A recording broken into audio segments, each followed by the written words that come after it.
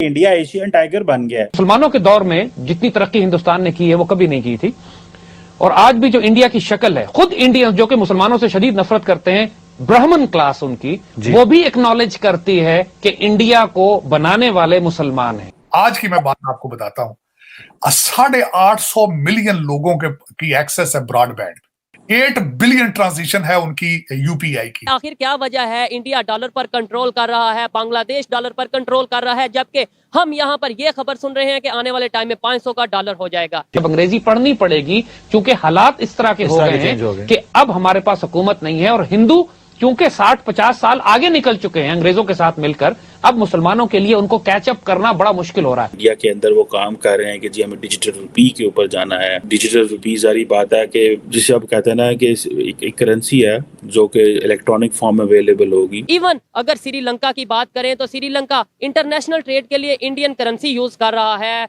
Russia इस हवाले से सोच रहा है, मलेशिया ने अनाउंस कर दिया है। क्या हमें भी इस सिचुएशन में, मुश्किल की सिचुएशन में, अपने रिलेशन इंडिया के साथ बेहतर करने चाहिए? हमें भी इस चीज का फायदा उठाना चाहिए। कोई नकल कर ले वहां से।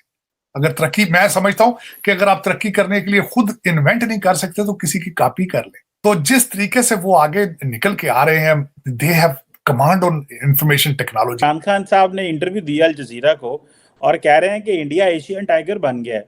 तो अगर इंडिया एशियन टाइगर, और चाइना को भी कहते हैं वो एशियन टाइगर है, तो जो एशियन टाइगर के साथ जब वज़ीर-ए-आज़म थे तो बात क्यों नहीं करते थे? तब तो कहते थे मैं, मेरी गैरत गवारा नहीं करती। तब तो कहते थे मैं कारोबार ही नहीं करूंगा, मैं कॉटन नहीं मंगवाऊंगा, मैं चीनी जो है वो रशिया से मंगवा लूंगा, मैं इधर से नहीं, भारत से, ये क्रॉस बॉर्डर से नहीं मंगवाऊंगा।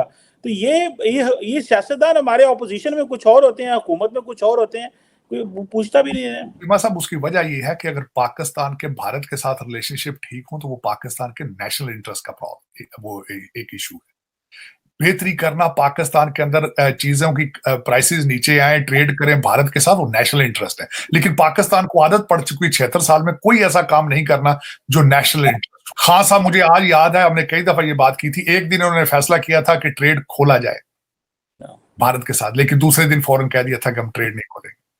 हमारे शहबाज शरीफ साहब ने भी ट्रेड मिनिस्टर भेजा है एम्बेसी, हाई कमीशन ऑफिस में इंडिया में, लेकिन उसने ट्रेड नहीं किया, वो पकौड़े ही खा रहा है वहां। तो मेरा मकसद ये है कि हम कोई भी जो काम ऐसा नहीं करना चाहते जो नेशनल इंटरेस्ट में हो, जातियात और डॉलर बेस्ड पॉलिसीज बनाएंगे, वो यही होगा। जब 22 करोड़ लोगों की आंखें बंद हो, कान बंद हो, चीमा साहब, वो इस तरह ही है। हालांकि भारत के साथ उस रीजन, भारत, आप एशियन टाइगर, अब इससे आगे कहां जाएंगे जब नेटो कह रहा हो कि हम आपको नेटो की मेंबरशिप देते हैं। आज की मैं बात आपको बताता हूं, 850 मिलियन लोगों की एक्सेस है ब्रॉडबैंड, 8 बिलियन ट्रांजिशन है उनकी यूपीआई की, वो जो ट्रांजिशन, डिजिटल इंडिया की बात कर रहा हूं।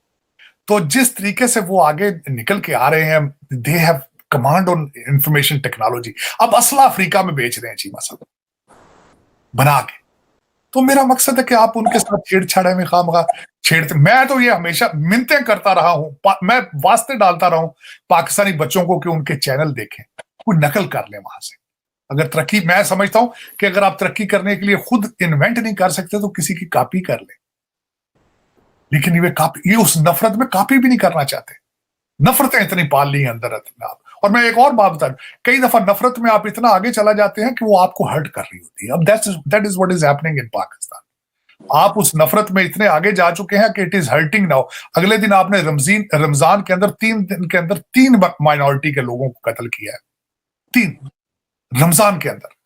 तो मैं अब इससे ज्यादा क्या बताऊं? आपका इस्लाम, आपका स्टेट ऑफ पाकिस्तान क्या है, आपका स्टेट ऑफ इस्लाम क्या है? इमरान खान साहब अक्सर अपनी स्पीच में, अक्सर नहीं बल्कि तकरीबन जब भी स्पीच करते हैं तो ये कहते हैं कि इंडिया की इकॉनमी ग्रो कर रही है और उसकी ये रीज़न है, वो रीज़न है, इंडिया की फॉरेन पॉलिसी बेहतर है, इंडिया की जो उनसे डेमोक्रेसी काफ़ी हद तक बेहतर है। क्या कहना चाहेंगे? इंडिया अगर ग्रो कर रहा है, उसकी कौन सी ऐसी पॉलिसी है जो हमारी पब्लिक को या हमारी गवर्नमेंट को नहीं पता चल रही, तो वो हम अडॉप्ट करें या फॉलो करें या उस तरह का कुछ किया जाए? जी, आपने बहुत अच्छा क्वेश्चन किया है, आपने बहुत अच्छा क्वेश्चन किया। देखिए, इसमें सबसे पता मेन बात क्या है कि हमारे और उनमें फर्क क्या है। क्या फर्क? अब 75 ईयर्स हो गए उनको भी आजाद हुए, हमें भी, यानी एक दिन का फर्क है।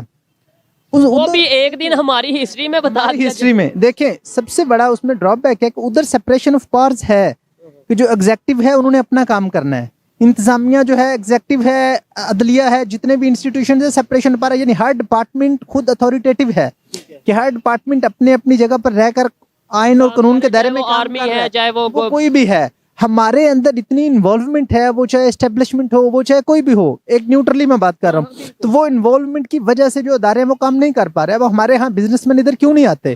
क्या उन्हें फॉरेन इन्वेस्टर फॉरेन इन्वेस्टर्स क्यों नहीं आते? उन्हें 10-10 जगह पर लोग ब्लैकमेल करते हैं सिक्योरिटीज को भी मदद के साथ, उसमें चाहे मीडिया हो, उसमें चाहे बड़े बड़े ग्रो हों, वो कोई भी हों, तो जब उन लोगों को इतनी ब्लैकमेलिंग होती है तो वो नहीं आते। और दूसरी साइड पे जो इंडिया की हम बात कर रहे हैं, मैं पढ़ रहा था कि वहां पे जो फॉरेन इन्वेस्टर आते हैं उन्हें प्रॉपर जो लेट्स सपोज इंडिया के वहां के जो उनसे बिजनेसमैन हैं उनसे ज्यादा फैसिलिटी दी जाती है, उन्हें जगह दी जाती है इंडस्ट्री लगाने के लिए, उन्हें बिल को थोड़ा सा उनके लिए कम किया जाता है, मतलब फैसिलिटेट किया जाता है। मैकेंजी ये कह रहा है कि इंडिया जो है वो 2025 तक उसके जो प्राइवेट सेक्टर है वो मिलियंस ऑफ जॉब्स, तकरीबन 65 मिलियन जॉब्स कह रहे हैं वो क्रिएट करेगा बाय 2025। दिस इज़ व्हाट ये मैकेंजी डिजिटल है, ये इन्होंने बेसिकली डिजिटल इंडिया के ऊपर एक रिपोर्ट लिखी थी।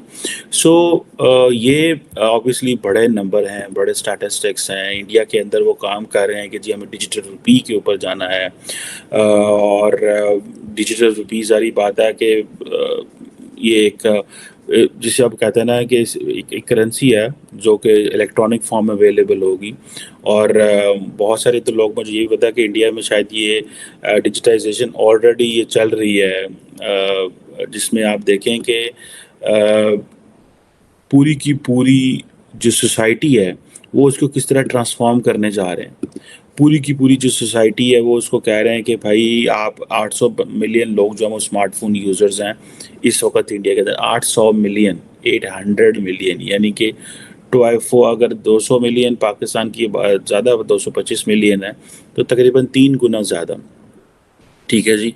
और जो स्मार्टफोन है वो तकरीबन इंडिया की 44% of the internet traffic. It means कि हर बंदा जो स्मार्टफोन के अंदर इंटरनेट इस्तेमाल करता है that is most costly as compare to the wifi. और ये आप इमेजिन कर लें, ये जो स्मार्टफोन के इंटरनेट यूजेस 2017 में 18% थे। आज इंडिया में जो स्मार्टफोन जो फ़ोन्स के अंदर जो इंटरनेट इस्तेमाल हो रहा है वो मोर देन 44% जो लोग हैं वो कर रहे हैं। और ये जो एक्सपेक्ट कर रहे हैं कि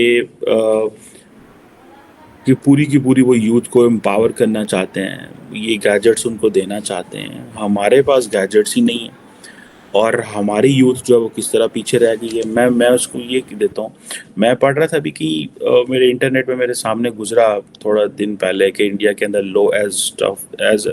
जो सबसे लोएस्ट फ़ोन आई थिंक है वो 40-50 हज़ार रुपये का इंडियन रुपी का जो है वो मिल रहा है। अच्छा, पाकिस्तान में आपने फ़ोन लेने जाना है, आपको पता है आपके साथ क्या होता है? आपके साथ होता है कि आपको कम से कम वो 5 लाख रुपए का फ़ोन पड़ता है। मैं अभी अमेरिका में हूँ तो मुझे किसी दोस्त ने कहा यार फ़ोन देखना वहाँ पे। मैं एप्पल स्टोर पे गया, इधर एप्पल स्टोर ते रोलते फिर देने की गड्डियाँ, ठीक है जी। तो उन्होंने लिख के लगाया हुआ पुराने फ़ोन दे दो, नवे फ़ोन लै जाओ। मतलब दिस इज़ और टेक्नोलॉजी को रोल के रख दी।